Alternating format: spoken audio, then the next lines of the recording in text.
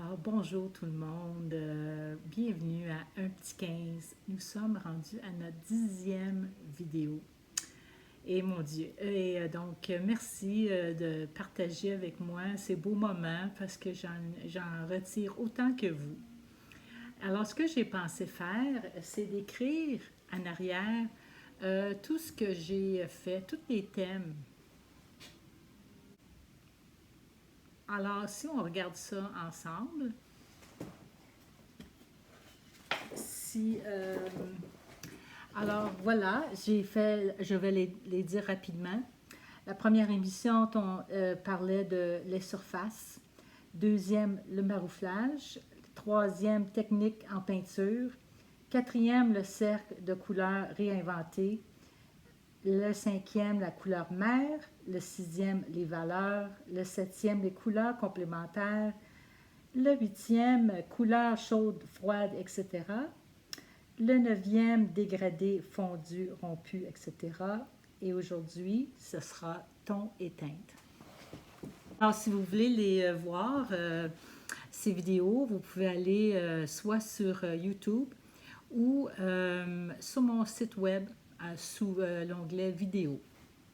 Aujourd'hui, on va parler de ton et de teinte. Alors, qu'est-ce que c'est quand on dit « Ah, c'est une belle teinte, ah, j'aime les tons de couleur ». Bien, c'est vraiment la couleur qu'on perçoit. C'est la couleur qu'on voit. Hein?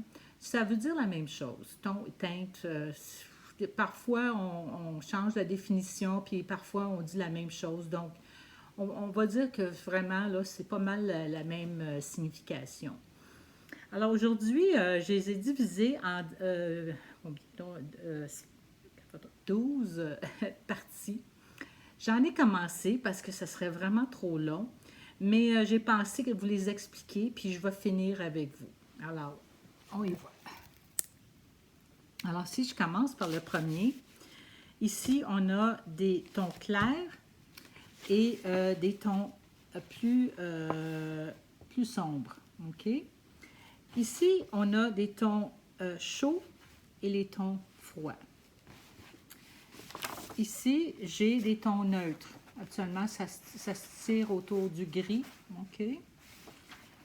Des tons purs, bien souvent, c'est les primaires ou les secondaires. C'est donc des couleurs qui n'ont pas été beaucoup mélangées. D'accord? Ici, on a les tons des dégradés. OK? Tons rompus. Donc, on a la couleur et on la rompt soit avec une complémentaire, soit avec un blanc, soit... Ben, absolument, c'est vers le foncé. Je recommence. Un ton avec soit un complémentaire ou une autre couleur qui va la foncir tranquillement. Ici, c'est le ton éteint. Alors, j'ai la couleur pure et j'ai ajouté un petit peu de rouge. Donc, l'orangé ne devient pas aussi clair. Et maintenant, on va faire le ton pastel. Alors, le ton pastel, bon, juste pour le faire, je vais le mettre à l'envers parce que j'ai ma palette ici, puis ça va aller par-dessus. Donc, ici, c'est le ton pastel. Alors, quand on dit que c'est des belles couleurs pastel, bien, c'est évident qu'on a mis du blanc dedans. Alors, je vais prendre un petit peu de rose. Puis, en fait, j'ai mis un petit peu trop. On va le faire à côté. Alors, un beau ton pastel. Donc, une couleur avec du blanc.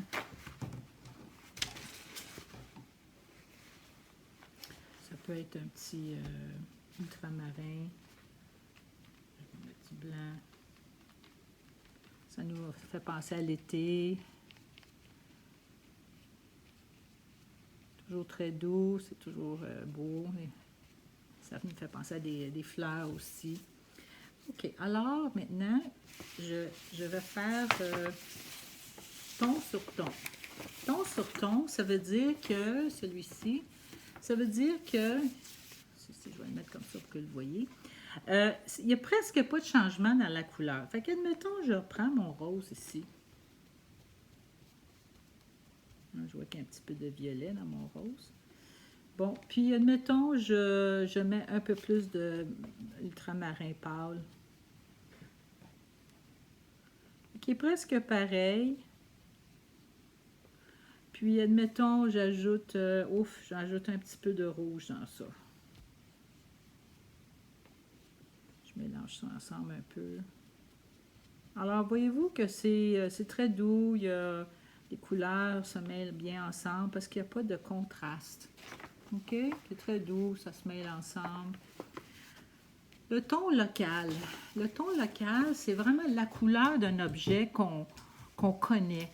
Exemple, si je vous dis la couleur d'une orange, qu'est-ce que c'est? Bien, vous allez dire orange. La couleur mon Dieu, un tronc d'arbre, bien, vous allez dire brun. Alors, c'est vraiment la couleur qu'on connaît d'un objet, même s'il y a des ombres et de la lumière. Donc, tiens, je vais faire l'orange. OK? Fait que c'est vraiment la couleur qui décrit l'objet. OK? Alors, voilà mon orange. Alors, je pourrais mettre de l'ombre dessus, de la lumière, mais on sait qu'un orange, c'est orange. Une banane, c'est jaune. Comprenez-vous? OK. Alors, je continue. Quand on dit un aplat maintenant, un ton en aplat, en fait, c'est le contraire de transparence. Un aplat, ça veut dire qu'il y a vraiment pas de transparence. C'est comme un mur. Il n'y a pas de variation. Alors, je vais prendre mon verre. J'ai un verre ici assez... voyez-vous ici, je vais prendre mon verre. Et donc, il est vraiment... Oups, je mets le doigt dans l'orange. Alors, si vous entendez, bien, oh, c'est un beau aplat, ou faire un aplat dans sa peinture, ça n'a pas beaucoup de force, hein, un aplat, parce qu'il n'y a pas de texture. C'est très fort, habituellement, un aplat dans une peinture. Alors voilà, ça c'est un aplat. Maintenant, mon dernier ici, c'est un ton de fond. Alors, ça veut dire qu'il y a une couleur au fond et il y a quelque chose par-dessus, mais on voit quand même le ton qui est vraiment en dessous. Fait que je vais prendre... bon, je peux revenir avec mon rose ici. Je vais le mettre très dilué. OK? Tiens. Voyez-vous, on voit le gris à travers. Et voilà. Alors ça, c'est le ton du fond ou de fond, c'est ça ici. OK. Alors, je vais vous montrer à l'endroit. OK, alors vous les voyez maintenant. Comme ça.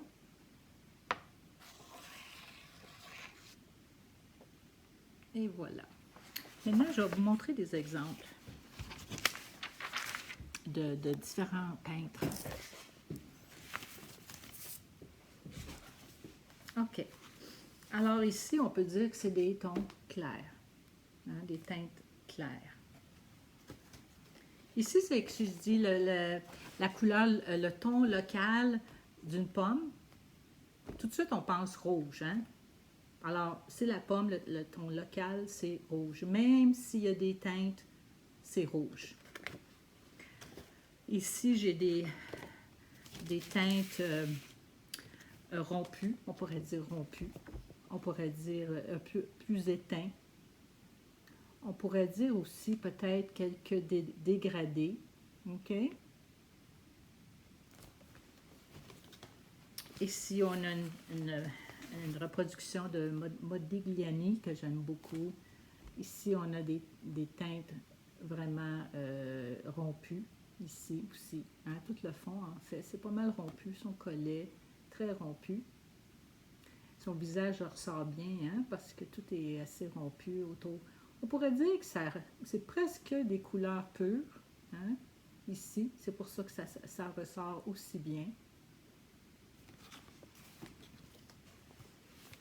Ici, j'ai un ton de fond, un travail de Jane Davies. Alors, on sent un fond à travers ça. On pourrait dire que c'est un gris blanc. Ici, on le voit bien. Beaucoup de tons de fond. OK. Ici, j'ai des tons purs de vermeil. assez éteint ou neutre. Pas mal pur, OK? Bleu avec, pardon, bleu avec jaune, blanc qui ressort bien. Ici, c'est assez éteint, hein, dans le fond, parce que c'est moins important. Et remarquez l'eau, comment ça ressort. Alors, c'est un ton assez pur. On va aller dans l'abstraction. Alors ici, hein, j'ai des tons neutres, j'ai des tons purs, j'ai des tons, des tons de fond.